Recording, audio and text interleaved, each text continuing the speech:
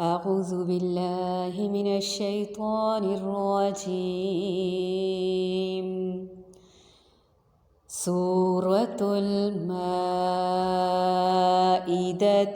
مدنية. بسم الله الرحمن الرحيم. يا أيها الذين آمنوا أوفوا بالعقود أحلت لكم بہیمۃ الانعام. یہاں پہ میم ساکن کے بعد حرف با آ رہا ہے، اخفاء شفوی ہے. جیسے اخفاء حقیقی نون ساکن پر ہوتا ہے، اسی طرح یہ شفوی ہونٹوں سے ادا ہونے کی وجہ سے اخفاء کریں گے. کیسے؟ لکم بہیمۃ الانعام الا ما یتلی علیکم غیر محل الصید وانتم حرم ان اللہ یحکم ما یرید. سورة المائدة مدنية. بسم الله الرحمن الرحيم. يا أيها الذين آمنوا أوفوا بالعقود أحلت لكم بهيمة الأنعام إلا ما يتلى عليكم غير محل الصيد وأنتم حرم إن الله يحكم ما يريد. سورة المائدة مائدہ دسترخوان. مدنیۃ مدینہ میں نازل ہوئی. بسم اللہ اللہ کے نام کے ساتھ. الرحمانی جو بہت مہربان ہے، الرحیمی بار بار رحم کرنے والا ہے. یا ایھا الذین اے لوگو جو آمنو ایمان لائے ہو، اوفو وفا کرو، پورا کرو، بالعقود عہد و پیمان کو، وحلت حلال کر دیے گئے، لکم تمہارے لیے، بہیمۃ چوپائے، الانعامی مویشیوں کے، الا سوائے، ما ان کے جو، یتلا پڑھے جائیں گے، علیکم تم پر، غیر نہ، محلی حلال کرنے والے، جو، الصیدی شکار کو، یعنی جو حلال کرنے والے ہوں، الصیدی شکار کو، وانتم جبکہ تم، حرم حالت احرام میں ہو، ان بے شک، اللہ اللہ تعالی، یحکم وہ فیصلہ کرتا ہے، ما جو، یرید وہ چاہتا ہے. سورۃ المائدہ جس کی 112 آیات ہیں، 16 رکوع ہیں، مدنی صورت ہے. شروع اللہ کے نام سے جو بڑا مہربان نہایت رحم کرنے والا ہے. اے ایمان والو، عہد و پیمان پورے کرو، تمہارے لیے مویشی چوپائے حلال کیے گئے ہیں، بجز ان کے جن کے نام پڑھ کر سنا دیے جائیں گے، مگر حالت احرام میں شکار کو حلال جاننے والے نہ بننا.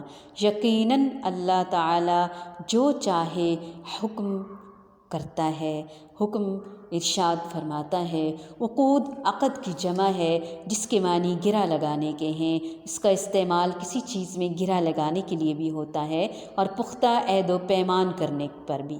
یہاں اس سے مراد احکام الہی ہیں جن کا اللہ تعالی نے انسانوں کو مکلف ٹھہرایا ہے، اور عہد و پیمان اور معاملات بھی ہیں جو انسان آپس میں کرتے ہیں. دونوں کا ایفا، وعدہ، وفا کرنا بہت ضروری ہے. بہیمہ چوپائے 4 ٹانگوں والے جانوروں کو کہا جاتا ہے۔ اس کا مادہ ابہام سے ہے، با ہا میم، بہمن ابہامن، یعنی بعض کا کہنا ہے کہ ان کی گفتگو اور عقل و فہم میں چونکہ ابہام ہے اس لیے ان کو بہیمہ کہا جاتا ہے۔ انعامن، اونٹ، گائے، بکری، بھیڑ وغیرہ کو کہا جاتا ہے کیونکہ ان کی چال میں نرمی ہوتی ہے۔ بہیمۃ الانعام نر اور مادہ مل کر 8 قسمیں ہیں جن کی تفصیلات انشاءاللہ ہم سورۃ الانعام میں پڑھیں گے مزید، اور ہم کچھ جو اگلی آیات میں بھی تفصیلات پڑھیں گے اور کچھ سورۃ البقرہ میں بھی ہم پڑھ چکے ہیں۔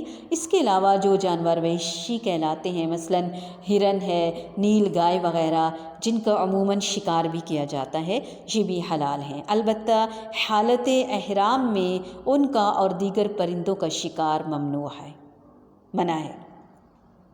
اور سنت میں بیان کردہ اصول کے مطابق جیسے جانوروں کی مزید تفصیلات بتائی گئیں، وہ جانور جو اپنے دانتوں سے اپنا شکار پکڑتا ہے اور چیرتا پھاڑتا ہے مثلاً شیر، چیتا، کتا، بھیڑیا وغیرہ، اور پھر وہ پرندے جو اپنے پنجوں سے اپنا شکار جھپٹتے ہیں، پکڑتے ہیں مثلاً شکرا ہے، باز ہے، شاہین ہے، عقاب وغیرہ، تو ان سب کو منع کیا گیا ہے، ورنہ تمام کی تمام چیزیں حلال ہیں۔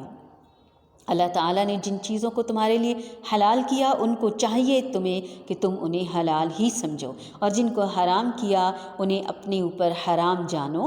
اللہ کے ناموں پر جو عہد و پیمان تم کرتے ہو ان کو پورا کرو۔ وحلت لکم بہیمۃ الانعام، تمہارے لیے مویشیوں کی قسم کے سب جانور حلال کیے گئے سوائے ان کے جو آگے چل کر تم کو بتائے جائیں گے، لیکن احرام کی شکل میں شکار کو اپنے لیے حلال نہ کرو۔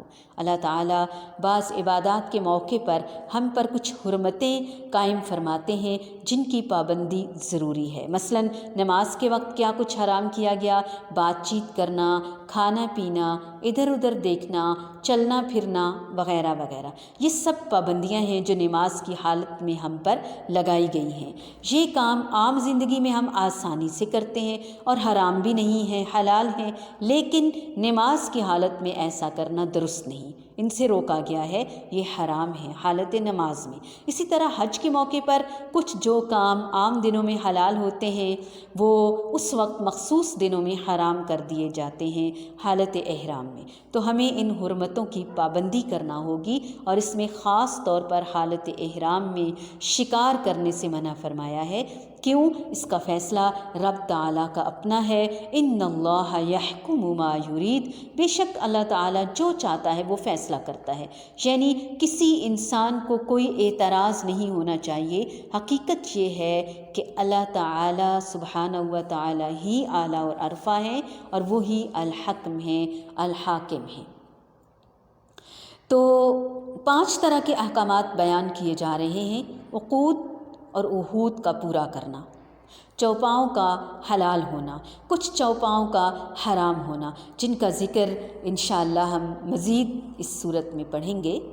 تو محرم یعنی محرم کے لیے کیا ضروری ہے، اور حرام میں شکار کا حرام کرنا، ایک ہوتا ہے محرم کا مہینہ حرمت والے، وہ 4 ہیں، ایک ہوتا ہے محرم حرام کی حالت میں جو ہوتا ہے، اور غیر محرم کے لیے غیر محرم میں شکار کا کرنا حلال ہے۔